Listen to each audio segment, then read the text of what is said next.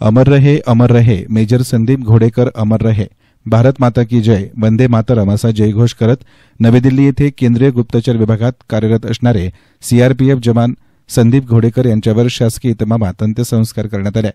यावेळी पोलीस दलाच्या वतीनं तसेच केंद्रीय सीआरपीएफ जवानांच्या वतीनं हवेमध्ये बंदुकीच्या 5 फैरी झाडून अखेरची मानवंदना देण्यात आली।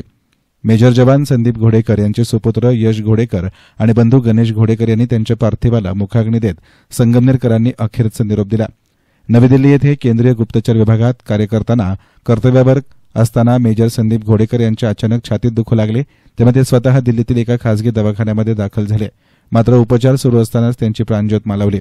नवी दिल्ली येथून मेजर घोडेकर यांचं पार्थिव लष्करी विमानानं पुणे येथे आलं असता पुण्याहून लष्करी वाहनातून संगमनेर येथे आणलं गेलं। त्यानंतर काही वेळ त्यांच्या घोडेकर माळा येथील निवासस्थानी अंतिम दर्शनासाठी पार्थिव ठेवण्यात आले होते।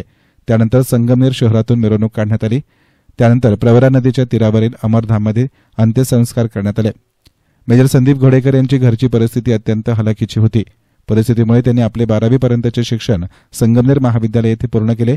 मालपानी इंडस्ट्रीमध्ये त्यांनी 2 वर्ष कामही केलं होतं, परंतु त्यांची देशसेवा करण्याची प्रखर इच्छाशक्ती होती। ते तळेगाव दाभाडे येथे सन 2007 मध्ये सीआरपीएफमध्ये भरती झाले।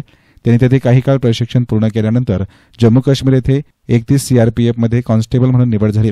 जम्मू आणि काश्मीरमधील पहलगाम आणि कठवा येथे त्यांनी सेवा दिली आहे। त्यानंतर त्यांची छत्तीसगड येथे बदली झाली।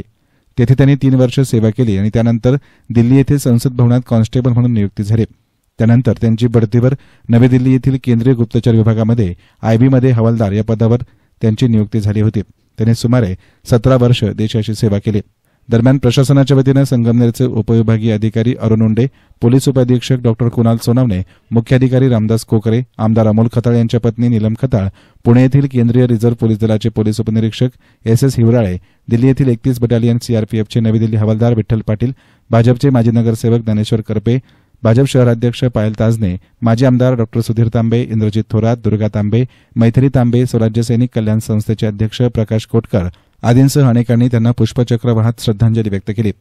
एस्तान मीडियासाठी प्रतिनिधी गोरक्ष नेहे, संगमनेर।